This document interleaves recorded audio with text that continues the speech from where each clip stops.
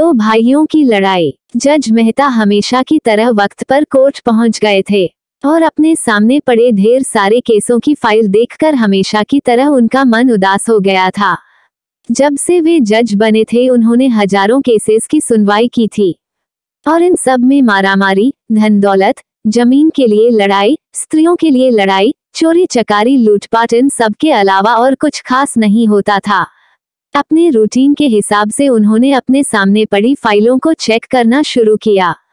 दूसरी फाइल उन्होंने उठाई ही थी और उस पर उनकी नजरें टिक गई। उन्हें ये केस बाकी सब से अलग और खास लगा। उन्होंने इस फाइल को पूरा पढ़ डाला। ये केस एक छोटे भाई ने अपने बड़े भाई पर किया था और केस करने का कारण था मां की कस्टडी पाना। मेहता जी ने सबसे पहले इसी केस की कार्यवाही करने का फैसला किया। कोर्ट में सब हाजिर हो गए। जज ने सबसे पहले छोटे भाई को अपनी बात रखने का मौका दिया।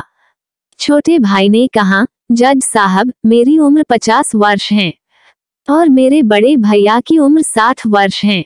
हमारी माँ जो 90 साल की है वो बड़े भाई के साथ ही रहती है, लेकिन अब मैं चाहता हूँ कि माँ बाकी के बचे वर्ष मेरे साथ रहकर बिताए। माँ की सेवा करने का मौका अब मुझे मिलना चाहिए।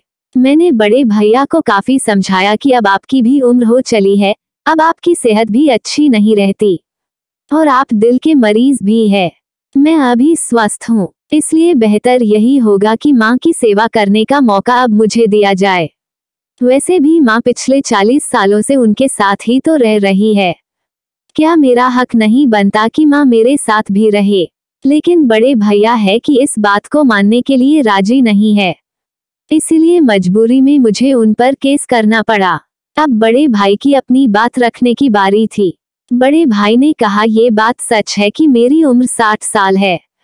ये बात भी सच है कि अब मेरी सेहत पहले जैसी नहीं रहती, लेकिन उतना ही सच ये भी है कि मैं सिर्फ जिंदा रह पा रहा हूँ तो इसलिए क्योंकि मेरी माँ मेरे पास है।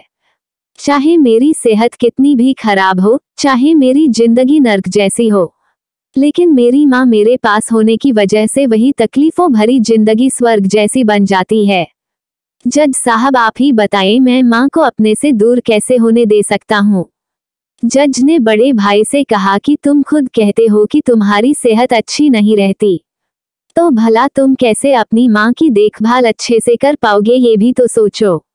बड़े भाई ने कहा, मैं अपनी माँ की बड़े अच्छे से देखभाल करता हूँ। आप माँ से भी पूछ सकते हैं और अगर वो खुद कहे कि उन्हें मेरे साथ नहीं रहना, तो आप बेशक उन्हें मेरे भाई के साथ भेज दीजिए।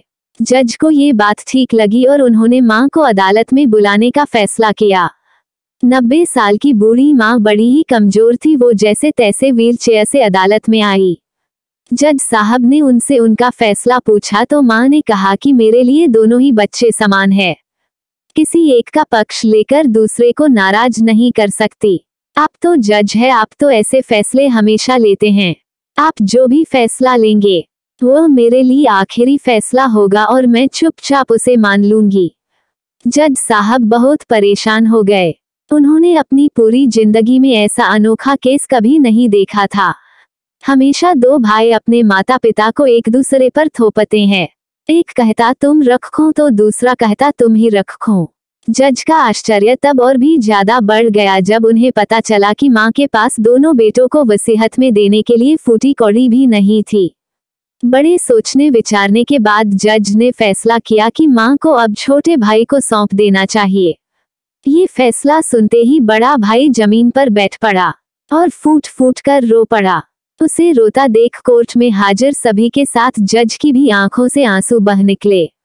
दोस्तों, आपने भाई भाई की लड़ाई बहुत देखी होगी, लेकिन जैसे इन दोनों भाइयों ने अपनी माँ के लिए लड़ाई की वैसी अनोखी लड़ाई कभी नहीं देखी होगी।